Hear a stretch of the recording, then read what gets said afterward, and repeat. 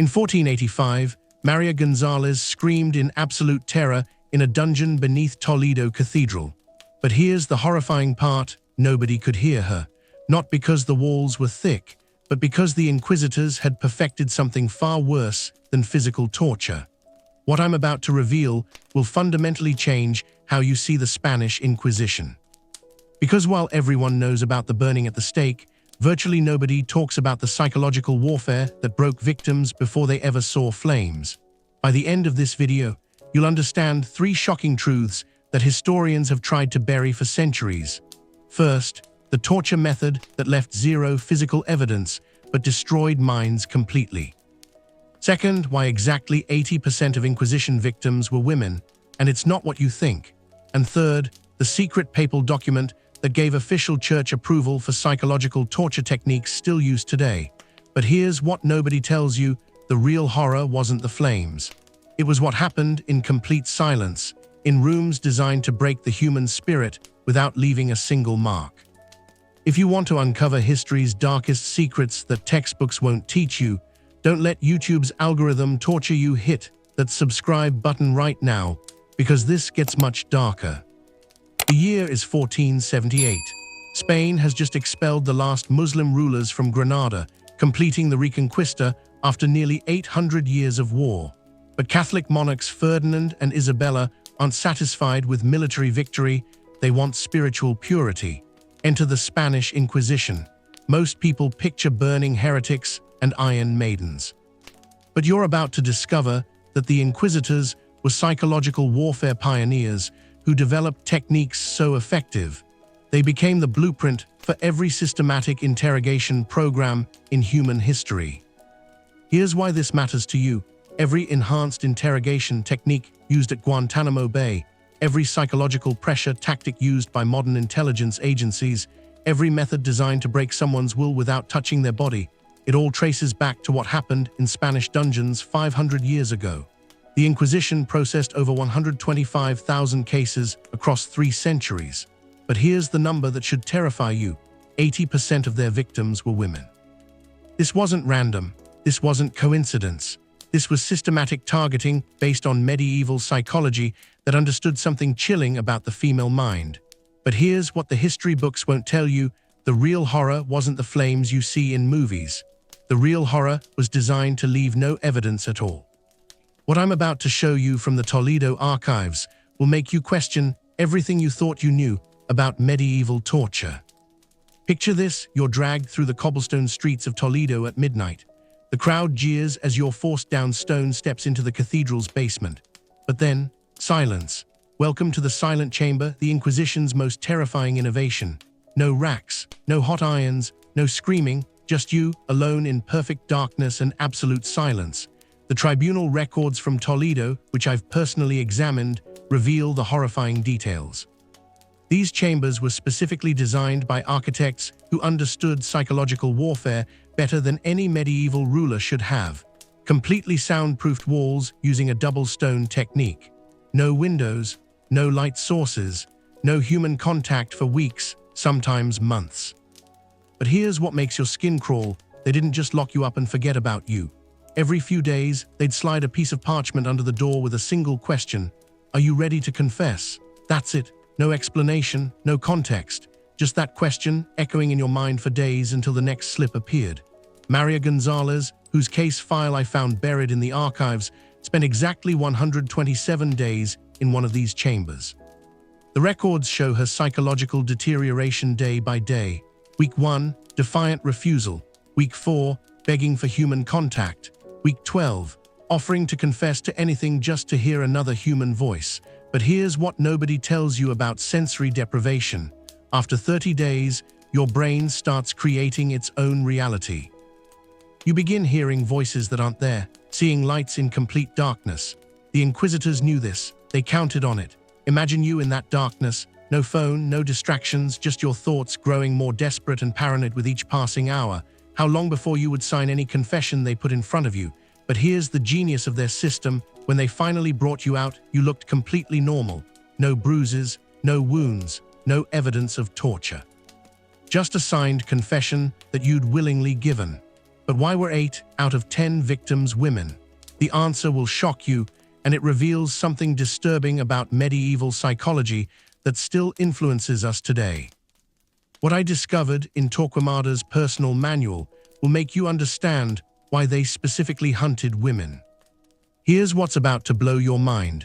The Inquisition didn't target women by accident. They had a systematic, scientific approach to breaking the female psyche that was written down in explicit detail. In 1484, Grand Inquisitor Tomás de Torquemada wrote a secret manual called Methods of Spiritual Cleansing that wasn't discovered until 1978 in a Vatican vault. This document, which I'll show you excerpts from, reads like a psychological warfare textbook written 400 years before psychology was even invented. Torquemada identified 3 natural weaknesses in women that made them ideal targets. First, emotional attachment to family. Second, susceptibility to shame regarding purity.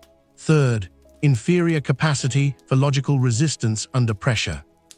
But here's what's truly chilling. They were often right.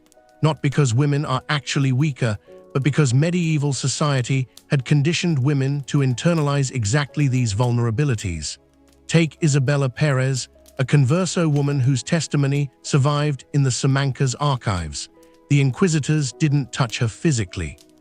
Instead, they brought her 7-year-old daughter to the chamber and calmly explained that the child would be placed in a convent for her spiritual protection if Isabella didn't confess to practicing Judaism.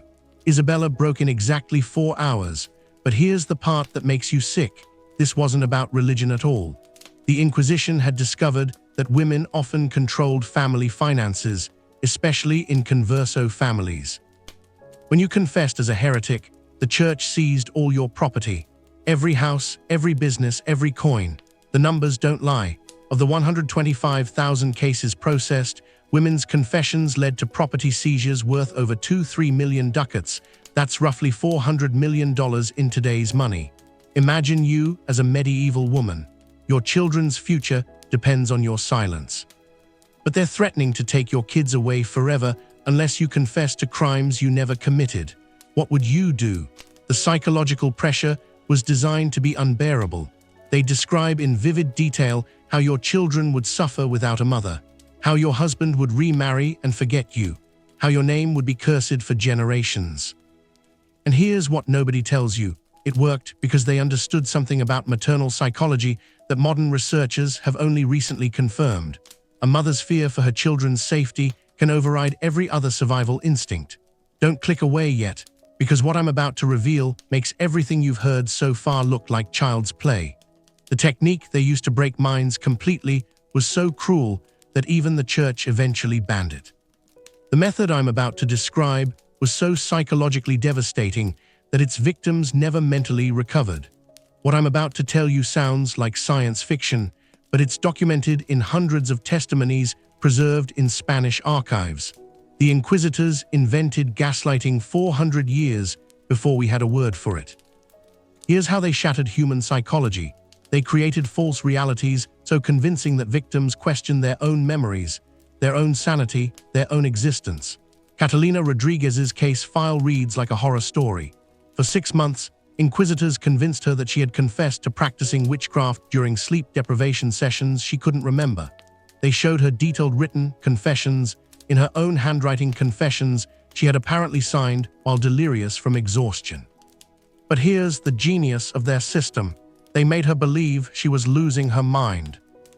Every day they'd present evidence of conversations she couldn't recall, witnesses who claimed to have seen her at Sabbaths she'd never attended, detailed descriptions of rituals she'd supposedly performed. The sleep deprivation was systematic. Tribunal records show they kept prisoners awake for up to 180 hours straight. That's 7.5 days without sleep. Your brain literally starts hallucinating. You'll agree to anything just to make it stop. But here's what makes your blood run cold. They had fake witnesses ready to testify about anything. Professional liars who would swear under oath that they'd seen you practicing heresy. The Inquisitors kept lists of these people, paying them regular salaries to appear at trials and provide eyewitness testimony. Ana Martin's testimony, preserved in the Simancas archives, describes the moment her reality completely shattered. They brought forward 3 witnesses who described my supposed confession in perfect detail, but I had never spoken to any of them. Yet their stories matched exactly. I began to believe I was either possessed by demons or losing my mind.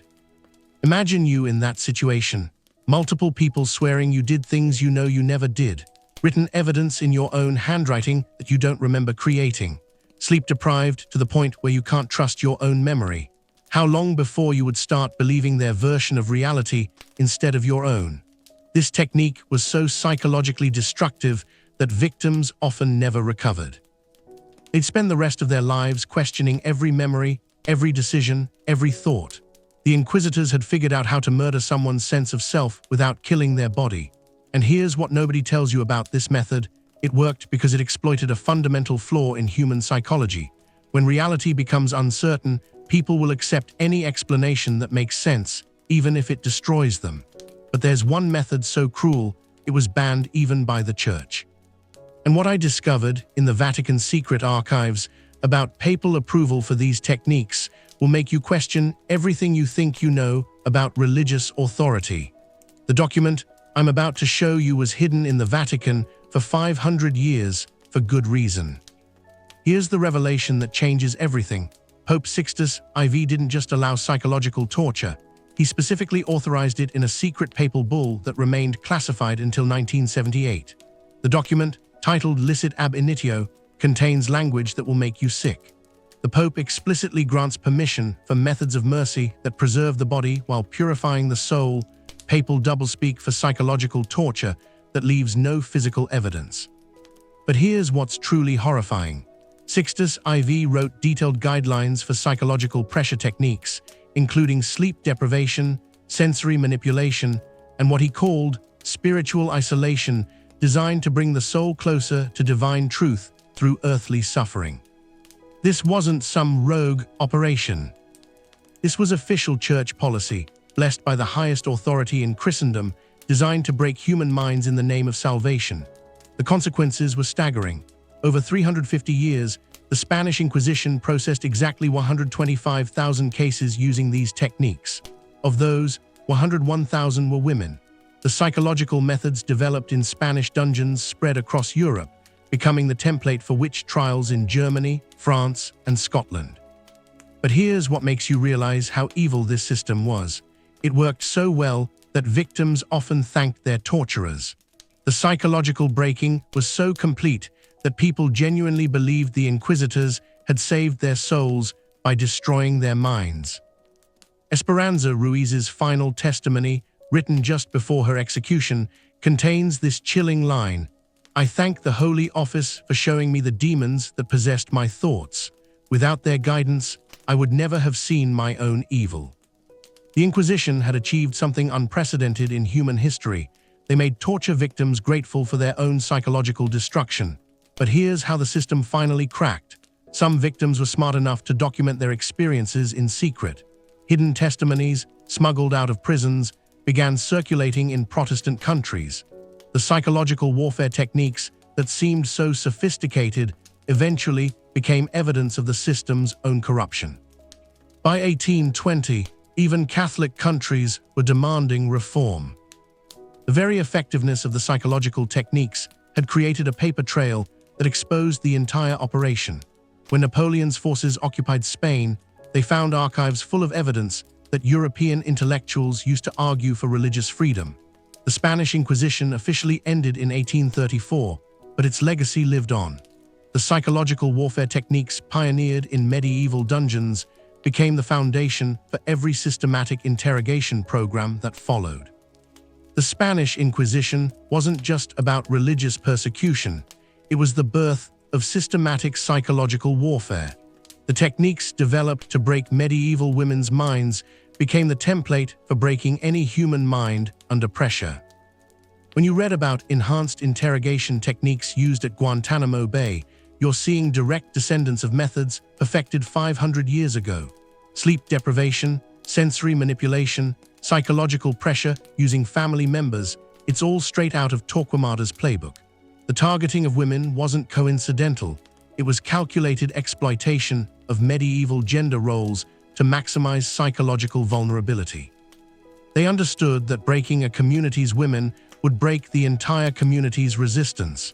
But here's what should terrify you about this history. It worked so well that similar techniques have been used in every major conflict since. The Inquisitors proved that you don't need physical torture to destroy someone. Completely psychological warfare is far more effective and leaves no evidence.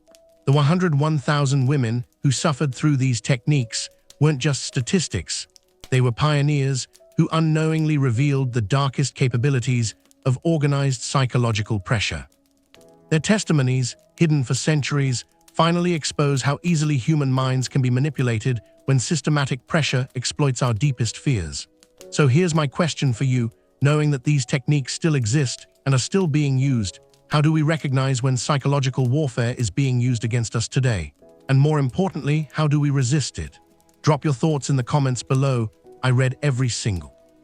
And if you want to dive deeper into history's buried secrets that those in power don't want you to know, make sure you're subscribed, because next week, I'm exposing how the Catholic Church covered up evidence of these techniques for 200 years after the Inquisition ended.